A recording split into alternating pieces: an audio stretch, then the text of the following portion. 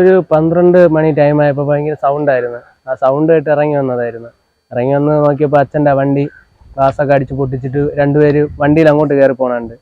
അതെങ്കിൽ ഞാൻ ചെന്ന് വണ്ടിയുടെ താക്കോലെടുത്ത് വന്ന് നോക്കിയപ്പോൾ എൻ്റെ വണ്ടി ചരിഞ്ഞ് കിടക്കണം. ആ വണ്ടി പൊക്കിയെടുത്ത് അവന്മാരെ പിറകെ പോയി.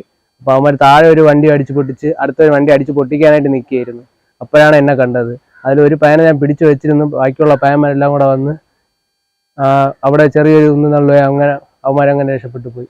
എന്നിട്ട് ഇവിടെ വന്ന് നോക്കിയപ്പോഴാണ് ഇവിടെ ഈ 2 വണ്ടി അടിച്ചു പൊട്ടിച്ചേക്കുന്ന ഈ ആട്ട. അങ്ങനെ 6 വണ്ടി കണ്ടറിയാന്നുള്ള തന്നെ അതേമാതിരി.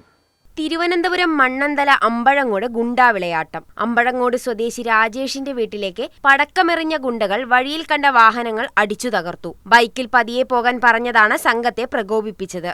നിരവധി കേസുകളിൽ പ്രതിയായ ശരത്തും സംഘവുമാണ് അക്രമം നടത്തിയത്. നേരത്തെ ബോംബ് നിർമ്മാണത്തിനിടയിൽ അത് പൊട്ടി ശരത്തിന് പരിക്കേറ്റിരുന്നു. സംഭവത്തിൽ പ്രധാന ഗുണ്ടകളായ ശരത്തടക്കം 4 പേർ അറസ്റ്റിലായിട്ടുണ്ട്.